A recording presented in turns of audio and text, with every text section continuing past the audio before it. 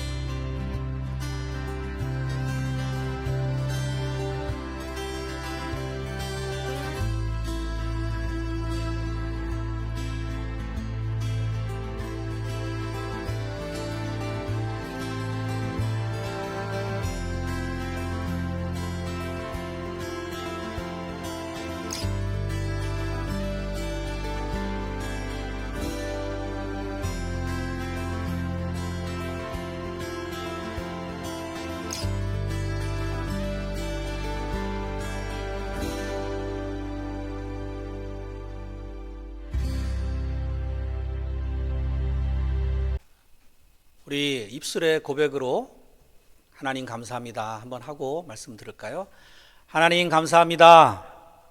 같이요. 하나님 감사합니다. 하나님께 영광의 박수 올려드리겠습니다. 네, 이렇게 감사절기가 있다는 게 저는 오늘 새삼 참 감사하더라고요. 안 그러면 우리 감사한다는 것도 자꾸만 놓치고 살아갈 때가 많을 것 같습니다. 오늘은 추수감사절입니다. 우리 신약시대 성도들이 이 지키는 추수감사절과 가장 유사한 구약의 절기가 바로 초막절입니다. 그래서 오늘 초막절의 의미라는 제목으로 말씀을 전하려고 하는데요. 이 초막이라는 말은 풀로 된 장막이다 라는 뜻이니까요, 영원한 거처가 아니라 임시 잠깐 머무는 거처죠. 그래서 장막절이라고도 불립니다. 또 이때는 그 시기적으로는 곡식을 거두어서 창고에다가 저장하는 그러한 기간입니다. 그래서 수장절이라고 불려요. 거둘수, 감출장, 냉장고 할 때 장 그런 거죠. 수장절. 그래서 오늘 이 추수감사절을 맞이하면서 한번 이 초막절의 의미를 좀 더 깊이 생각해 보시면서 은혜를 나누기 원하는데요. 이 초막절의 일정은 종교 달력, 그 유대인들의 종교력으로는 7월 10일이 속죄일입니다. 그래서 먼저 금식하면서 한 해 동안에 혹시라도 하나님 앞에 회개하지 않았던 그런 미세한 죄까지도 다 낱낱이 이렇게 회개하는 그러한 절기를 마치고 나서 며칠 지나서 이제 15일부터 이 초막절이 시작이 돼서 8일간 진행이 됩니다. 이렇게 먼저 회개를 한 다음에 그 다음에 이제 축제 절기인 이러한 추수의 감사의 기쁨을 나누는 이 예배를 드린다는 것을 생각해 볼 때 우리가 먼저 하나님 앞에 항상 나올 때는 죄를 깨끗이 회개하고 정결한 영혼으로 심령으로 하나님 앞에 예배하는 것, 이게 중요하다는 것을 또한 영적으로는 교훈을 받습니다.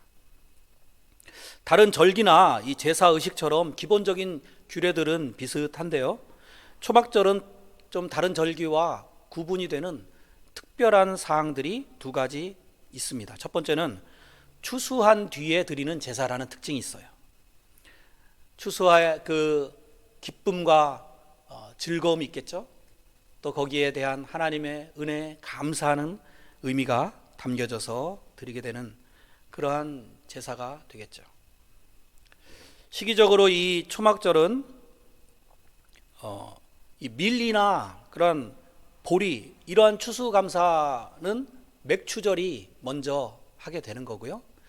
이 추수감사의 때는 그 유대인들에게는 포도, 올리브, 대추, 야자 등 이런 어떤 과일들의 수확을 마치는 그런 때였어요.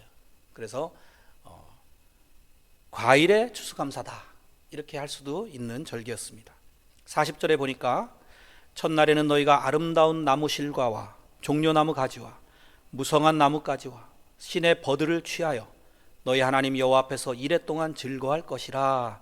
이 말씀대로 지금도 유대인들은 이 절기가 되면 이 네 가지 아름다운 나무 실과 그러니까 과일을 손에 쥐고요, 또 종려나무 가지를 들고 무성한 나뭇가지와 신의 버들, 이렇게 네 가지를 손에 붙잡고 흔들면서 기도하면서 이렇게 보낸다고 해요. 우리도 이 떡이라도 좀 들고 하나님 앞에 감사합니다 흔들면서 감사기도 하는 거, 이런 거 하면 어떨까, 이런 말씀을 읽으면서 제가 생각이 들었어요. 우리가 하나님께서는 실물 교육도 이렇게 참 우리에게 자상하게 해주시는 것 같아요. 보면서 하면은 더 감사가 있잖아요.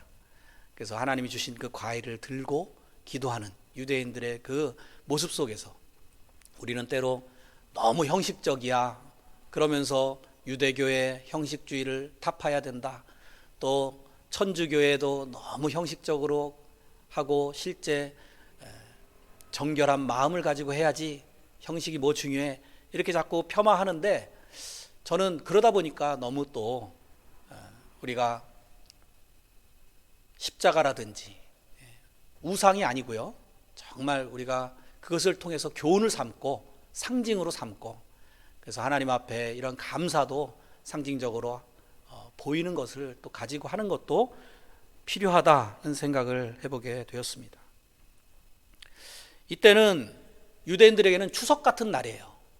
그러니까 그 분위기가 굉장히 들떠 있죠. 아주 떠들썩하게 정말 사람들이 오고 가고 아주 모여가지고 즐기고 그럽니다. 1년 중에 우리는 크리스마스나 부활절이 가장 큰 절기지만 그들에게는 이 추수감사절, 초막절이 가장 큰 축제의 일입니다.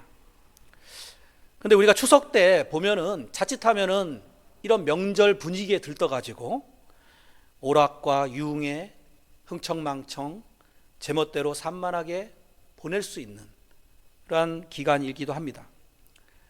그래서 우리가 이런 때 더 하나님을 생각한다는 거, 이게 쉽지 않은 거죠. 그래서 하나님이 그 장치를 마련해 두신 게 바로 이 초막절이다라는 생각을 하게 되었습니다. 그래서 우리 믿는 사람들은 남들이 다 들떠 있는 명절에도 뭔가 다른 모습을 가지고 보내야 됩니다. 현재의 풍요로움에 취해 있는 것이 아니라 과거에 내가 어떠했는가, 과거에 하나님을 믿지 않아서 어떤 생활을 했었던가, 또 불과 얼마 안 됐어요. 제 어린 시절만 생각해 봐도 정말 힘겹고 연탄으로 보일러를 뗐잖아요, 그때는. 그래서 자칫하면은 그 가스 중독으로 정신을 잃거나 사망하는 그런 일들도 있었지 않습니까? 사실 요즘도 저는 수도꼭지를 이렇게 틀어가지고 금방 물이 따뜻해져가지고 따뜻한 물에 샤워하고 세수할 수 있는 거 생각하면 참 신기합니다.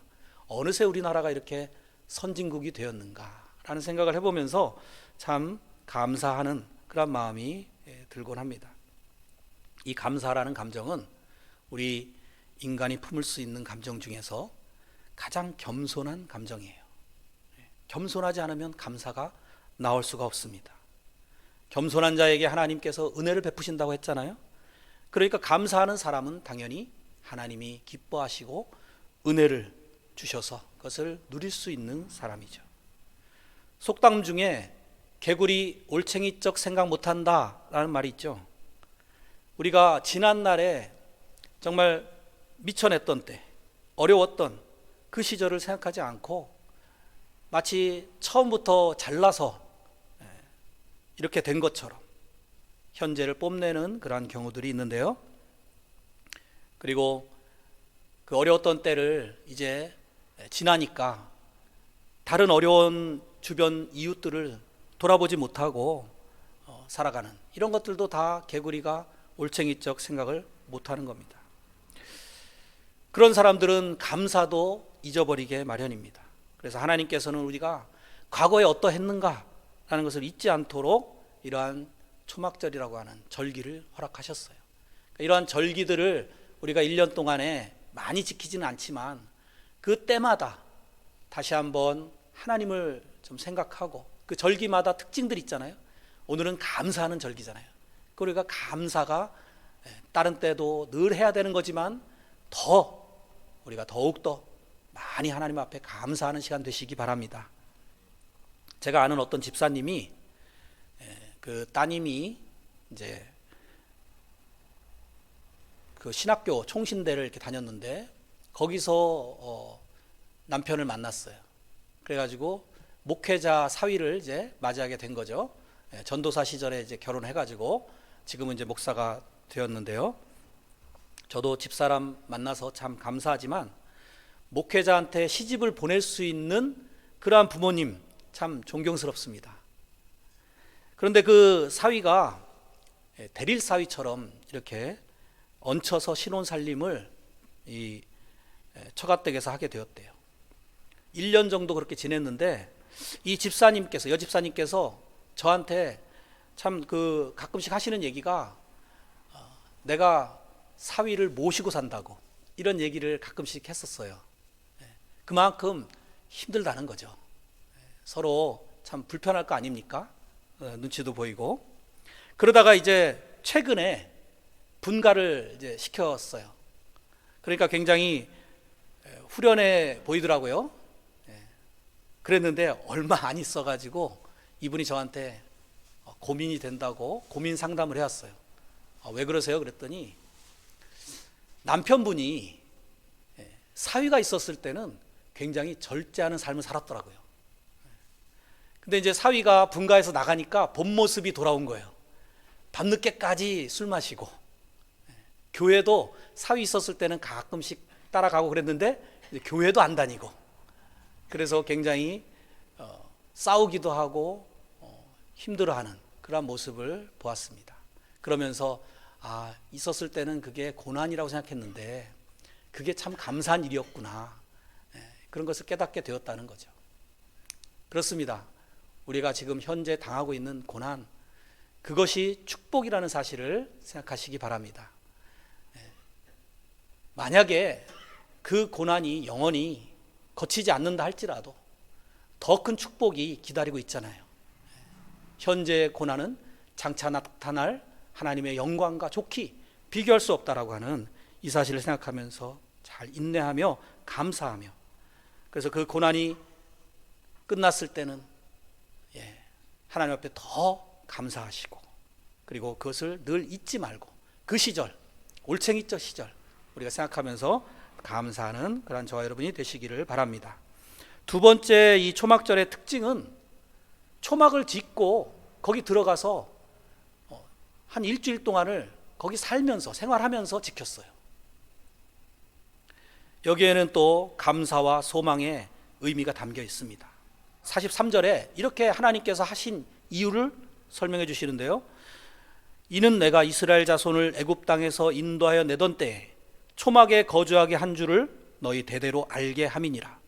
나는 너희의 하나님 여호와이니라. 그러니까 애굽에서 이제 인도하여 내던 때, 그 광야에서 초막 짓고 생활하던 때, 그럼 광야에 얼마나 힘든 환경입니까?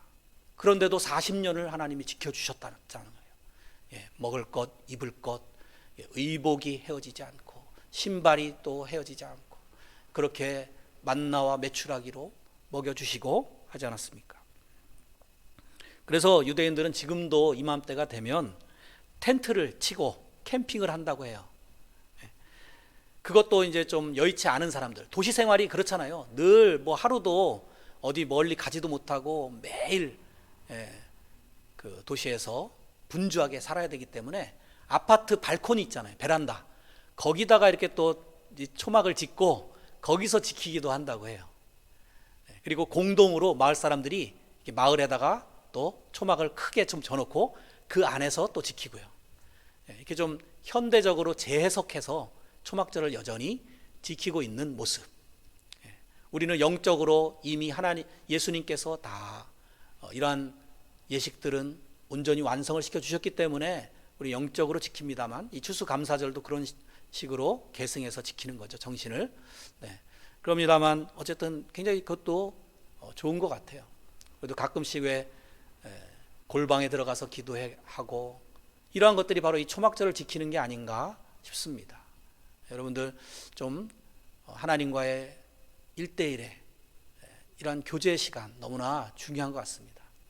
그래서 그 사람들이 일주일 내내 거기서 초막 생활을 하지 않더라도 적어도 식사만큼은 그 초막에서 하면서 또 하늘의 별을 바라보면서 하나님의 은혜를 감사하고, 그 광야 생활에서 하나님이 구름기둥 불기둥으로 지켜주시지 않았더라면 낮에는 너무나 덥고 밤에는 너무나 춥고 그러한 상황들을 잘 이겨내게 하시고 오늘날 정말 이 이스라엘 땅, 가나안 땅, 젖과 꿀이 흐르는 땅에 살게 하셨다라는 그 사실을 감사하는 거죠.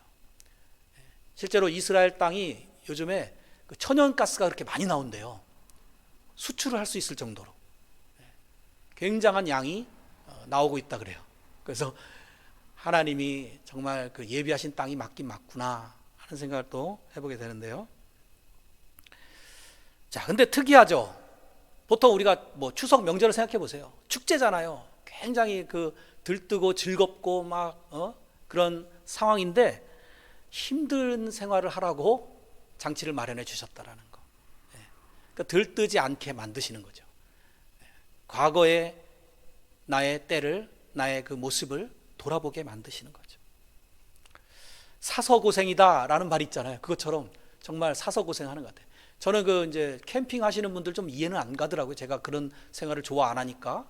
근데 그런 분들은 주말마다 산으로 들러 막 전국 방방곡곡을 다니시는 게 그렇게 낙인 것 같아요. 그분들 그게 이렇게 좋아하시더라고요. 그런데 사실은 집 떠나면 고생 아닙니까? 경치는 조금 좋을지 몰라도 도시 생활에 너무 찌들어서 아마 그런 걸 좋아하시는지 모르겠습니다만 어쨌든 불편한 거죠. 그러니까 불편을 감수하더라도 이런 초막을 짓고 지키도록 하신 하나님의 그 뜻을 우리가 생각해야 되겠습니다. 광야 생활을 기억하라는 것입니다. 현재 이 풍성한 수확과 결실은 사실은 우리가 거저 받은 것이지 받을 자격이 있어서 받은 것은 아니다 하는 것을 생각하라는 겁니다. 우리도 마찬가지죠.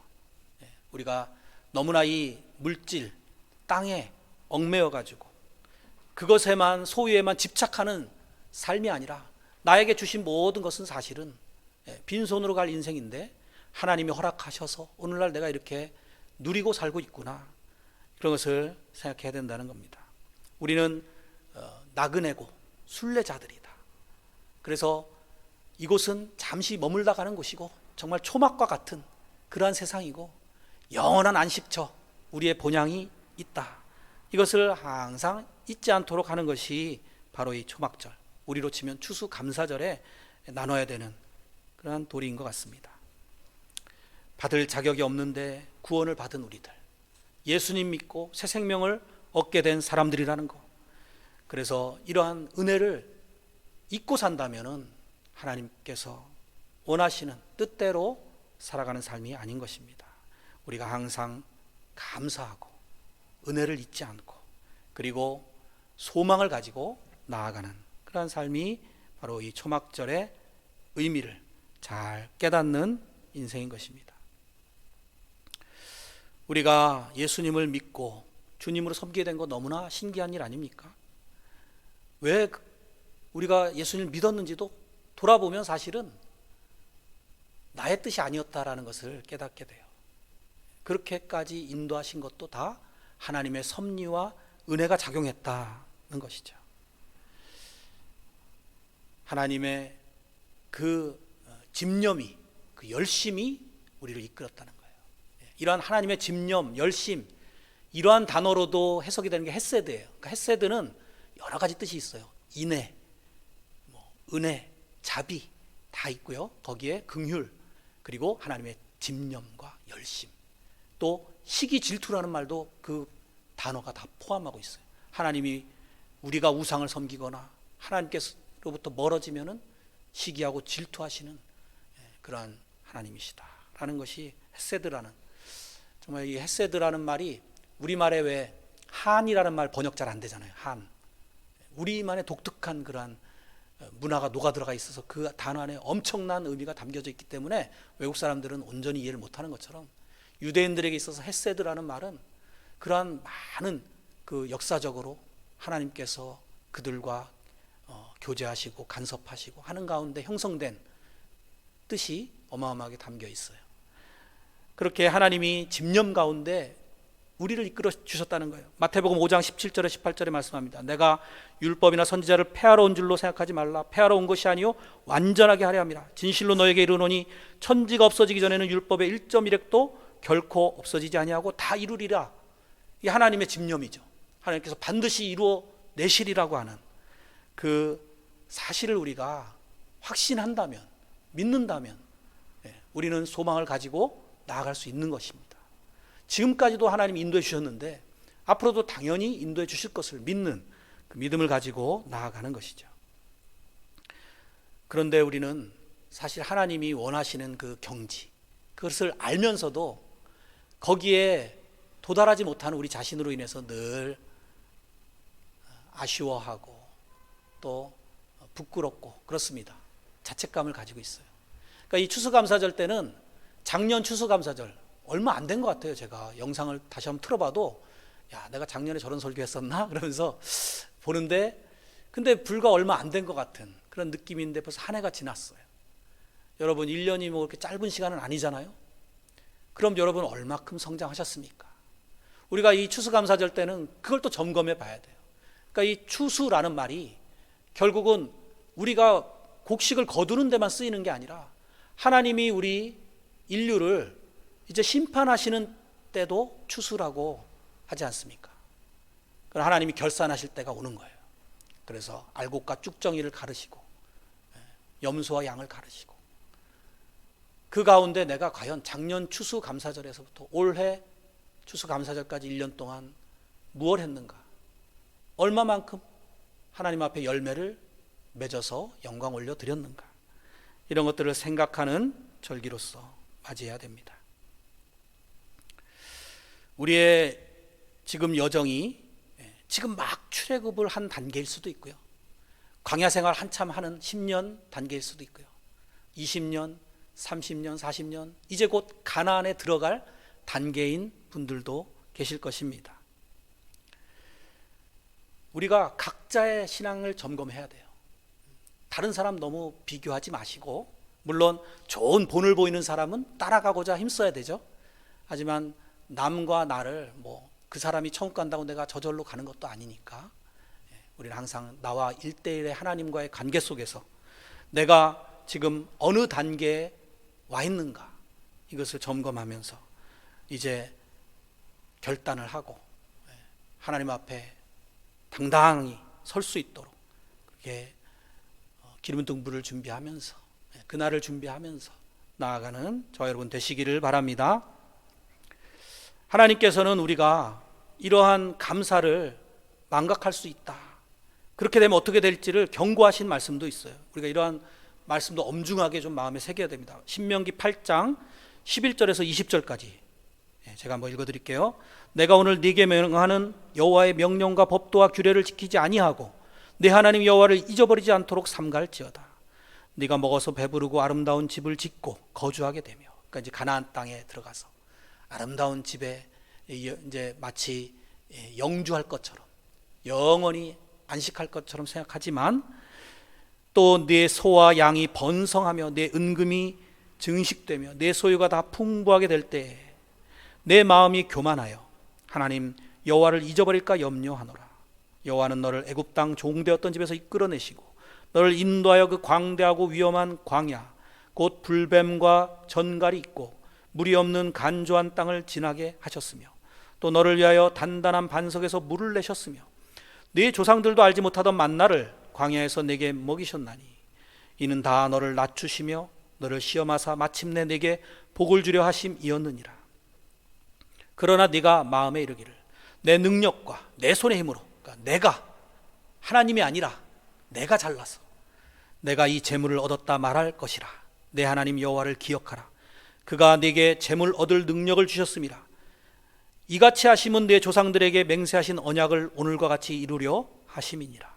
네가 만일 내 하나님 여호와를 잊어버리고 다른 신들을 따라 그들을 섬기며 그들에게 절하면 내가 너에게 증거하노니 너희가 반드시 멸망할 것이라.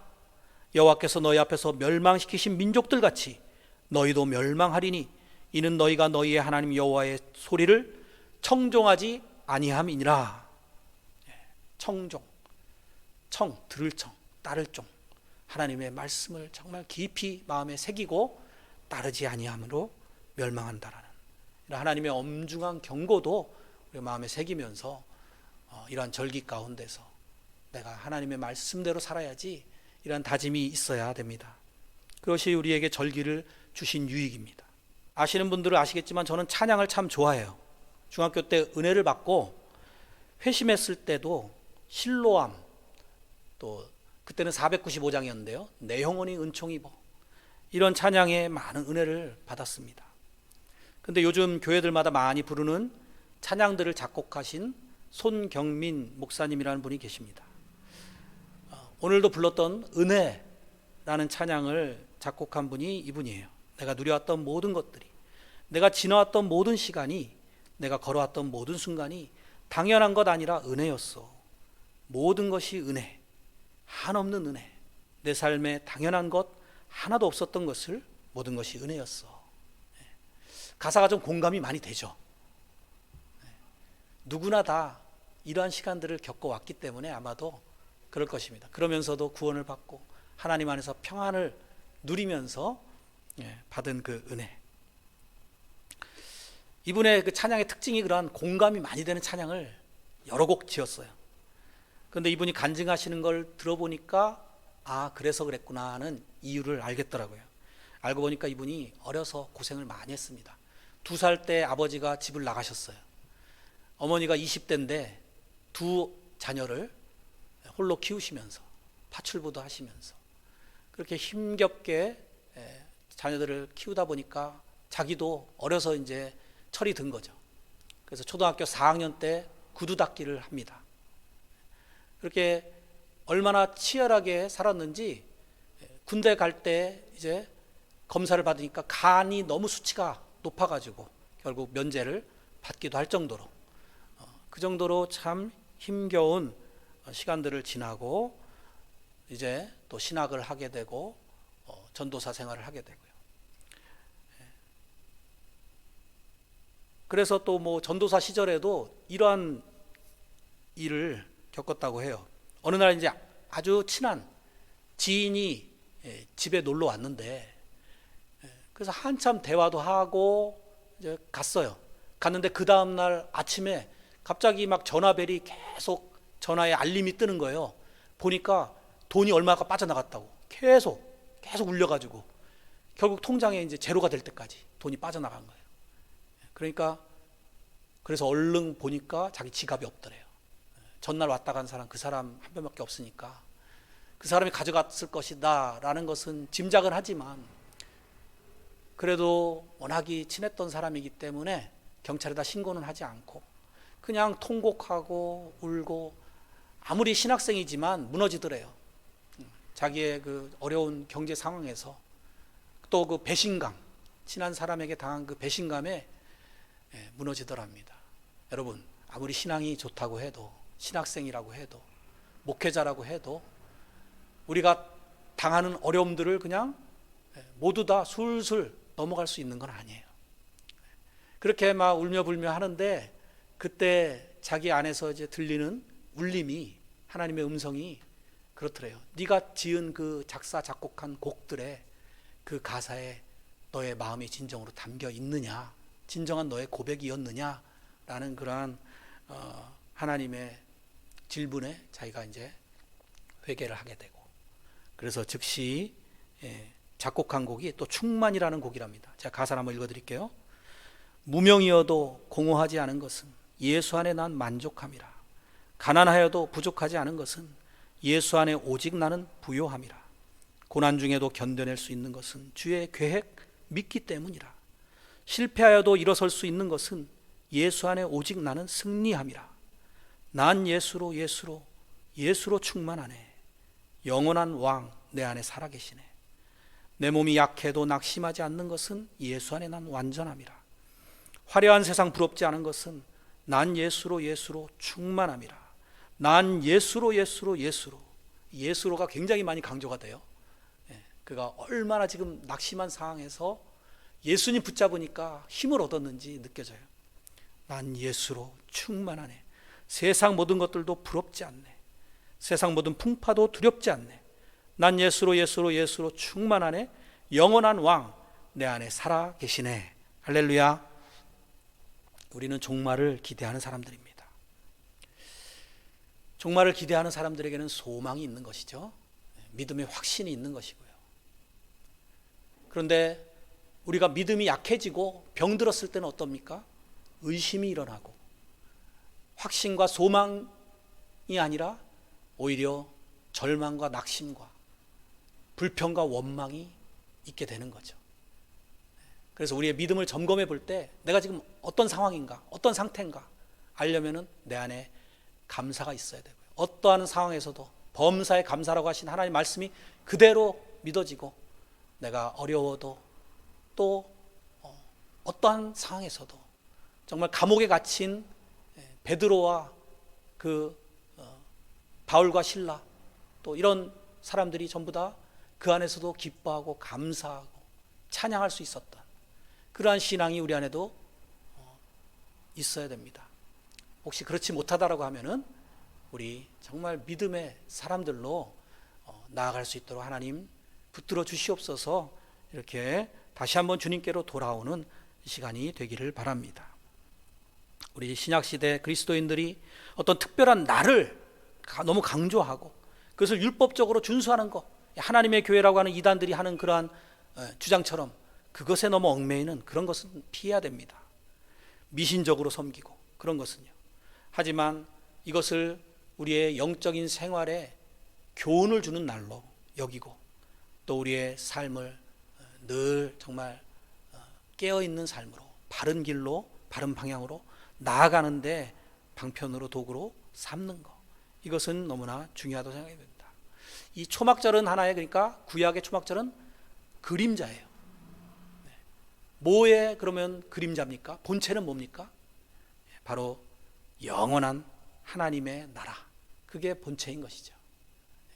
그 안에 천국에 입성하는 그날을 바라보시면서 살아가는 것이 바로 기독교인이 절기를 준수하는 요점인 것입니다. 고린도후서 5장 1절에서 7절에 말씀합니다. 만일 땅에 있는 우리의 장막집이 무너지면, 이 장막이 바로 초막이죠. 그리고 우리 육신을 의미해요. 만일 땅에 있는 우리의 장막집이 무너지면 하나님께서 지으신 집, 곧 손으로 지은 것이 아니요 하늘에 있는 영원한 집이 우리에게 있는 줄 아느니라. 참으로 우리가 여기 있어 탄식하며 하늘로부터 오는 우리 처소로 덧입기를 간절히 사모하노라. 이렇게 입음은 우리가 벗은 자들로 발견되지 않으려 함이라. 참으로 이 장막에 있는 우리가 짐진 것 같이 탄식하는 것은 벗고자 함이 아니요 오히려 덧입고자 함이니 죽을 것이 생명에 삼킨 바 되게 하려 함이라. 곧 이것을 우리에게 이루게 하시고 보증으로 성령을 우리에게 주신 이는 하나님이시니라. 그러므로 우리가 항상 담대하여 몸으로 있을 때에는 주와 따로 있는 줄을 아노니 이는 우리가 믿음으로 행하고 보는 것으로 행하지 아니함이로다. 어떤 사람이 수도사를 찾아갔대요. 좀 나이든 그런 수도사를 찾아갔다고 합니다. 그 나이든 수도사에게 물었대요. 혹시 요즘도 그렇게 사단하고 전쟁을 하고 계십니까? 이렇게 물어봤대요. 그랬더니 이 수도사가 아닙니다. 나는 늙었고 사단도 늙어가지고 이제 더 이상은 싸우지 않습니다. 대신에 요즘에는 하나님과 씨름을 합니다. 그러더래요. 아니, 하나님과 씨름하다니요? 깜짝 놀라가지고 하나님과 씨름해서 이길 수가 있나요? 이렇게 물었다고 합니다. 그러니까 그 수도승 하는 얘기가 어떻게 하나님을 이기겠습니까? 하나님께 지는 훈련을 하고 있습니다 라고 대답을 했다는 거예요. 우리가 하나님과 씨름을 하되 지는 훈련, 거기에 우리가 인정을 하고 나의 부족함, 연약함, 그 속에서 하나님께서 이루실 일들을 바라보고 역사하실 것을 기대하고 그러면서 나아가는 이 믿음의 삶, 이것이 바로 예수님이 걸어가신 길입니다. 예수님은 아버지의 원대로 되기를 원하나이다 하면서 아버지의 뜻에 자신을 굴복시키셨죠. 마태복음 7장 13절에는 좁은 문으로 들어가라. 멸망으로 인도하는 문은 크고 그 길이 넓어 그리로 들어가는 자가 많고 생명으로 인도하는 문은 좁고 길이 협착하여 찾는 자가 적음이라 말씀하셨습니다. 필사즉생이죠. 죽으면 사는 길이 바로 우리 예수 믿는 자들의 길인 것입니다. 갈라디아서 2장 20절에 말씀합니다. 내가 그리스도와 함께 십자가에 못 박혔나니 그런즉 이제는 내가 사는 것이 아니요 오직 내 안에 그리스도께서 사시는 것이라. 이제 내가 육체 가운데 사는 것은 나를 사랑하사 나를 위하여 자기 자신을 버리신 하나님의 아들을 믿는 믿음 안에서 사는 것이라. 우리가 예수님과 결합이 될 때, 연합이 될 때 비로소 죽음도 부활로 되어진다는 거죠. 이렇게 부활의 승리를 바라보는 인생은 결코 현재의 어떠한 상황에도 원망하거나 불평하거나 두려워하거나 낙심하지 않고 역전하는 인생이라는 것을 확신을 가지고 당당히 나아갈 수가 있는 것입니다. 죽음 앞에서도 당당할 수가 있는 거예요. 이것이 바로 초막절의 두 가지 의미를 마음에 담고 살아가는 인생의 유익이에요. 첫 번째는 과거에 대한 감사, 두 번째는 미래에 대한 소망. 이거 가지고 당당히 나아가시면서 이 특권으로, 이 복으로 이제 지금까지 인도해 주신 하나님께서 앞으로도 장래에도 우리를 완숙의 단계로까지 반드시 견인해 주실 것이다 라는 이 마음으로 이 추수감사절을 잘 보내시는 저와 여러분 되시기를 주님의 이름으로 축원드립니다.